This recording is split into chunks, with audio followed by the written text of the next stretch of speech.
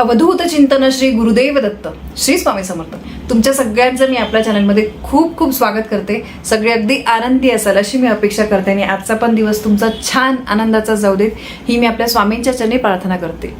आजच्या व्हिडिओमध्ये मी तुम्हाला आता अधिक मास येतोय तर अधिक मासाची संपूर्ण माहिती मी तुम्हाला देणार आहे. यासोबतच अधिक मास किंवा आपण ज्याला धोंड्याचा महिना म्हणतो तर अधिक मास किंवा धोंड्याचा महिना म्हणजे नक्की काय असतो की उगाच सगळे म्हणतात म्हणून आपण पण जे सांगितलंय कोणी तर काहीतरी सांगते म्हणून करायचं.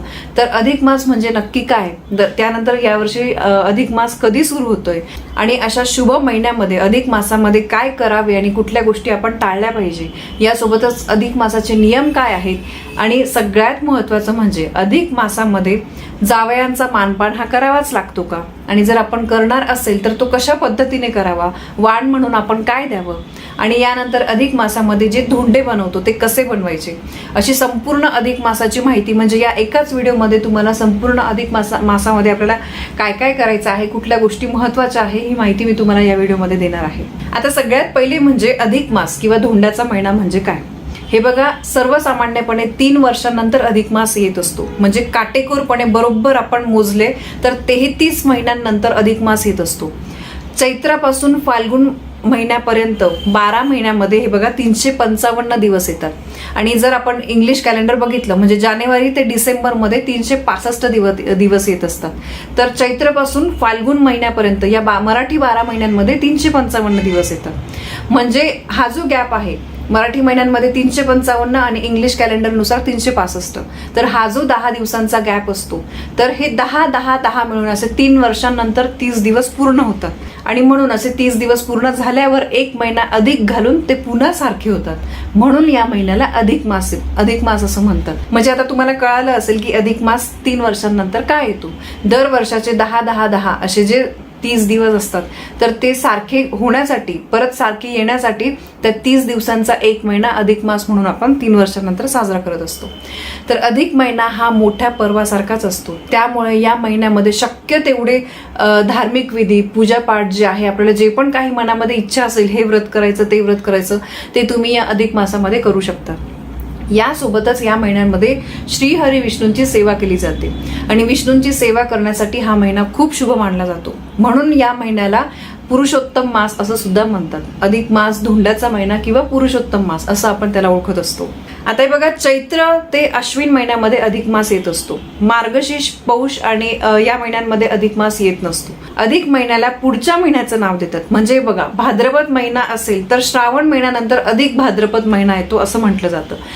अधिक मास यावर्षी 17 मे रविवारपासून तर 15 जून सोमवारपर्यंत आहे. यावर्षी अधिक मास हा ज्येष्ठ महिन्यामध्ये आलेला आहे. तर म्हणून तुम्ही हा जो दुर्मिळ योग आहे हा न सोडता या काही गोष्टी मनामध्ये ठेवून आपण काही गोष्टी उपाय तापाय सेवा जी आहे ती करायची आहे. आता सगळ्यात पहिले म्हणजे अधिक मासामध्ये आपल्याला काय करायचं आहे आणि काय करू नये, कुठल्या गोष्टींची आपल्याला काळजी घ्यायची आहे. अधिक मासात काय करावे, धरणे पाळणे म्हणजे उपवास धरणे उपवास सोडणे. जसं बघा आपण श्रावणामध्ये सोमवारी प्रत्येक जण श्रावणाचे जे 4 किंवा 5 सोमवार येतात तर तेव्हा दर सोमवारी किंवा शनिवारी उपवास धरतात आणि संध्याकाळी उपवास सोडतात. असं ते पूर्ण श्रावण महिना करतात. त्याचप्रमाणे अधिक मासामध्ये पूर्ण अधिक मासाचे जेवढे 30 दिवस असतात तेवढे दिवस उपवास करतात. म्हणजे रोज सकाळी दिवसभर उपवास करायचा, संध्याकाळी उपवास सोडायचा, परत दुसऱ्या दिवशी उपवास धरायचा, संध्याकाळी उपवास सोडायचा, असं पूर्ण महिनाभर करतात. आणि या अधिक मासाच्या उपवासाला साबुदाणा जे आहे ते चालत नाही, मिठाचं सेवन केलेलं चालत नाही. आता हे प्रत्येकाचं असतं वेगवेगळं की कोणी किती नियमांचं पालन करतं याच्यावर असतं. फलाहार शक्यतो या अधिक मासाच्या उपवासासाठी घेतला जातो. आता हे बघा हे पण तुमच्या शरीराला शक्य असेल तर तुम्ही हे व्रत करू शकतात. आणि अधिक मासाचा अजून एक फायदा म्हणजे बघा वजन कमी करण्यासाठी आपण काय काय करत असतो. जिम लावतो, ॲरोबिक्स लावतो, योगा लावतो, त्यानंतर महागडे ते प्रोटीन प्रोडक्ट घेतो, खूप काय काय खर्च करतो. 1 आठवडा 2 आठवडा करतो आणि परत मग आपण जैसे थे परत आपलं रुटीन सगळं बिघडून जातं.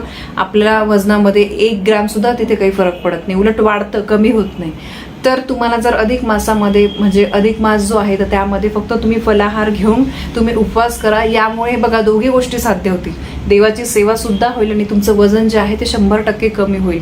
मी दर नवरात्रीमध्ये जे आपले 9 दिवस असतात तर तेव्हा मी फक्त फलाहार घेऊन उपवास करत असते. तर तेव्हा मला खूप माझं म्हणजे स्वतः आपल्याला जाणवतं की आपलं वजन कमी झालेलं आहे.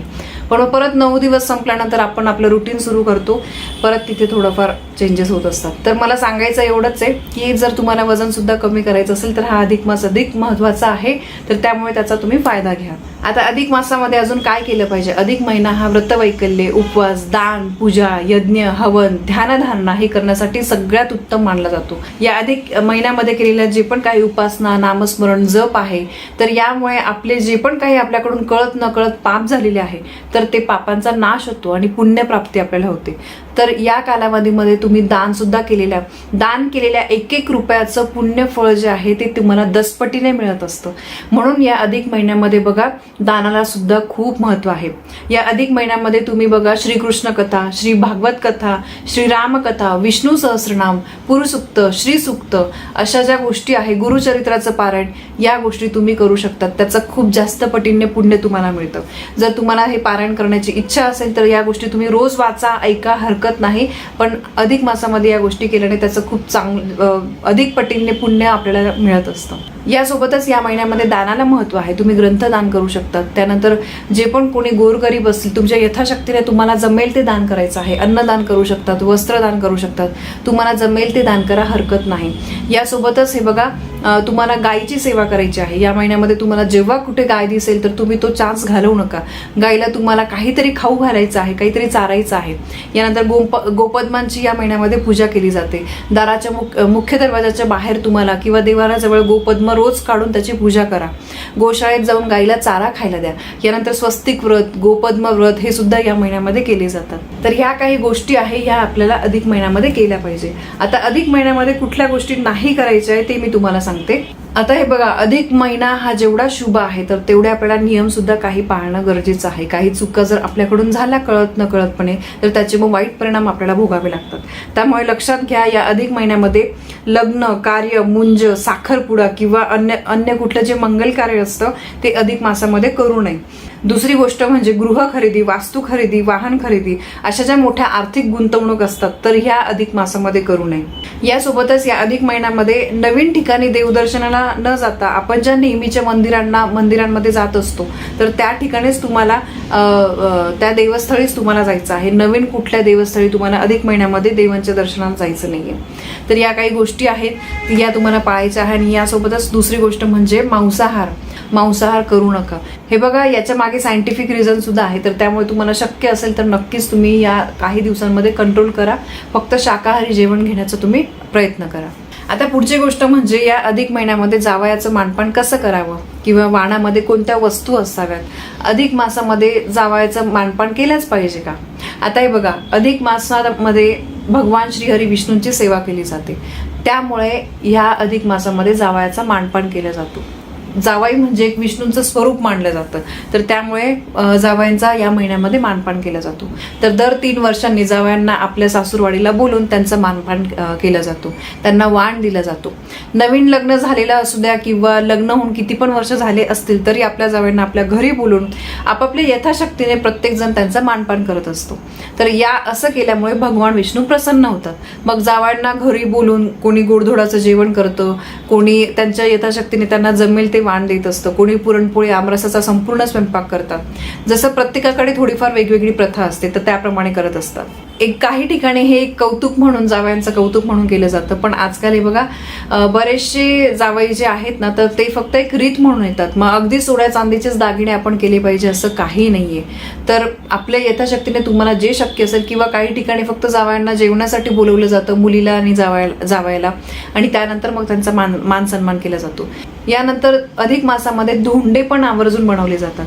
धोंड्यांना खूप महत्व आहे आणि ते आवर्जून बनवाच. कसं बनवायचं आहे? अगदी सोपं आहे. हे बघा धोंडे म्हणजे काय असतं, आपण जे गव्हाचं कणिक करतो ना, पोळीला जसं आपण गव्हाचं कणिक करतो त्याप्रमाणेच तुम्हाला कणिक मळायचं आहे. त्याचे छोटे छोटे गोळे करायचे आहे. जसं आपण मोदक असतो मोदकासारखे गोळे करायचे आहे आणि त्यामध्ये वेगवेगळे पदार्थ टाकले जातात. म्हणजे आपण हे बघा त्यामध्ये पुरण टाकू शकतो, गूळ टाकू शकतो, साखर टाकू शकतो, मिठाचा खडा, मिरची किंवा लाल तिखट किंवा 1 रुपयाचा कॉईन, अख्खे धने अशा वस्तू टाकून हे धोंडे जे आहे ते बनवायचे असतात. असे गोल बनवायचे असतात जसं आपण छोटे लाडू असतात तर त्याप्रमाणे आणि मध्ये या वेगवेगळ्या गोष्टी टाकून ते धोंडे जे आहे ते तळायचे असतात. आणि जेव्हा सगळे जेवायला बसतात तर प्रत्येकाच्या ताटाला हा एक धोंडा जो आहे तो वाढायचा असतो. आता ह्या धोंड्यामध्ये वेगवेगळे पदार्थ टाकलेले असतात, तर त्यामुळे आधी तो धोंडा आपल्याला उघडून बघायचा आहे की आपल्या धोंड्यामध्ये काय आलेलं आहे. मग कोणाला असं म्हणतात की मिठाचा धोंडा आलेला धोंडा जर आला आपल्या ताटामध्ये तर ते अधिक नशीबवान मानलं जातं. म्हणजे बघा, हा एक आहे ना, एक गमतीचा सुद्धा भाग आहे. तुमच्याकडे मे बी काही वेगळी पद्धत असू शकेल, तर ती सुद्धा तुम्ही मला कमेंट करून सांगा. तर अशा प्रकारे तुम्हाला हे धोंडे जे आहे हे तळायचेच आहे. याला सुद्धा खूप महत्त्व आहे. घरामध्ये जेवढे लोक असतील तेवढे धोंडे तुम्ही तळू शकतात. आणि जेवण झाल्यानंतर मग जावयांचं मानपान केलं जातो. आता ही एक पद्धत आहे, रीत आहे. जावयासोबत मग लेकीला पण बोलवलं जातं. जावयाला आणि लेकीला कपडे दिले जातात आणि त्यासोबतच 33 अनारसे किंवा 33 बत्तासे द्यायचे आहे. यथाशक्तीने जमेल ते तुम्ही फळ देऊ शकतात. 33 कुठल्याही गोष्टी, पण अनारसे आणि बत्तासांना जास्त महत्त्व असतं. तर बरोबर मोजून 33 द्यायचे आहे.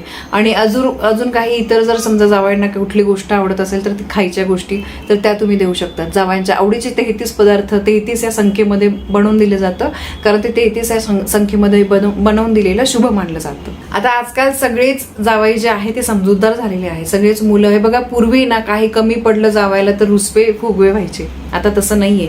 जावई स्वतःहून म्हणतात की ही एक रीत आहे म्हणून आम्ही येतोय आणि आम्हाला असं देवाणघेवाण वगैरे काही नकोय. आम्हाला असं देवाणघेवाण आवडत नाही. काही मुलांना खरंच सासरकडून असं काही घ्यायला, मुलीच्या आईवडिलांना, आपल्या बायकोच्या आईवडिलांकडून असं काही घ्यायला नाही आवडत. तर त्यामुळे प्रत्येकाची एक वेगवेगळी पद्धत असते. आपण फक्त जेवण देऊन, काहीतरी कपडे वगैरे देऊन मानपान केला तरी हरकत नाहीये. काही ठिकाणी जावयाला पितळाचे, कोणी स्टीलचे, कोणी चांदीचे भांडे, 5 प्रकारचे भांडे देतात. मग त्यामध्ये ताट, तांब्या, वाटी, एखादा चमचा आणि निरंजन देतात. अशी पद्धत आहे. आणि लेकीचे जे जोडवी आहेत ते वाढवली जातात. आता पायात घालतो ते जोडवे सौभाग्याचा अलंकार असतो, तर त्यामुळे ही जोडवी सुद्धा वाढवली जातात. किंवा आपण स्वतः पण आपल्या जोडवे जे असतात पायातले, तर त्यांच्या वजनामध्ये भर टाकून नवीन जोडवी या महिन्यामध्ये करू शकतो. जोडव्यांना या महिन्यामध्ये खूप महत्त्व आहे. आता या पद्धतींमध्ये थोडेफार वेगळेपणा पण असू शकतो. तुमच्या आवडीनुसार तुम्ही जी देवाणघेवाण आहे ती तुम्ही तुमच्या जावयाला करू शकतात. आता या महिन्यामध्ये श्रीहरी विष्णूंना प्रसन्न करण्यासाठी आपण हे सर्व काही करत असतो, म्हणून जावयाला वाण देण्याची ही एक पद्धत आहे. यासोबतच अधिक महिन्यामध्ये बघा, आपण आपल्याकडे जर काही सोन्या चांदीचे दागिने आपल्याला वाढवायचे असतील, अधिक त्याच्यामध्ये भर पाडायची असेल तर ते सुद्धा आपण करू शकतो. तर या काही गोष्टी आहे, या तुम्हाला अधिक महिन्यामध्ये करायच्या आहे. यानंतर दुसरी महत्त्वाची गोष्ट म्हणजे अधिक महिन्यामध्ये दानाला खूप महत्त्व आहे. अधिक महिन्यामध्ये जे पण काही आपण दान करतो त्याचं खूप अधिक पटीने पुण्य फळ जे आहे ते आपल्याला मिळत असतं. आणि त्यामुळे दान जे आहे ते तुम्ही करायलाच पाहिजे. कोणाला तहान लागली असेल त्याला तुम्ही पाणी द्या. कोणी भुकेलं असेल त्याला तुम्ही अन्न द्या. तुमच्या यथाशक्तीने काही पण दान करा. असं नाही दान म्हणजे अगदी काही मोठंच केलं पाहिजे. तुम्ही काही, आता पावसाळ्याचे दिवस आहे, तुम्ही छत्री दान करा. असं तुम्ही काही करू शकता. तर असा हा अधिक मास असतो, अधिक महिना असतो, धोंडाचा महिना असतो, असा हा साजरा केला जातो. खरं पाहायला गेलं तर अधिक महिना हा खूप महत्त्वाचा आहे, खूप शुभ फळ देणार आहे. त्यामुळे नक्की तुम्ही असे काही गोष्टी, सांगितलेल्या गोष्टी करून अधिक महिन्याचं पुण्य तुम्ही मिळवू शकता. तर ही अधिक महिन्याची अतिशय महत्त्वाची माहिती मला तुमच्यापर्यंत पोहोचवायची होती. माहिती आवडली असेल तर व्हिडिओला लाईक करा, शेअर करा, कमेंट करा.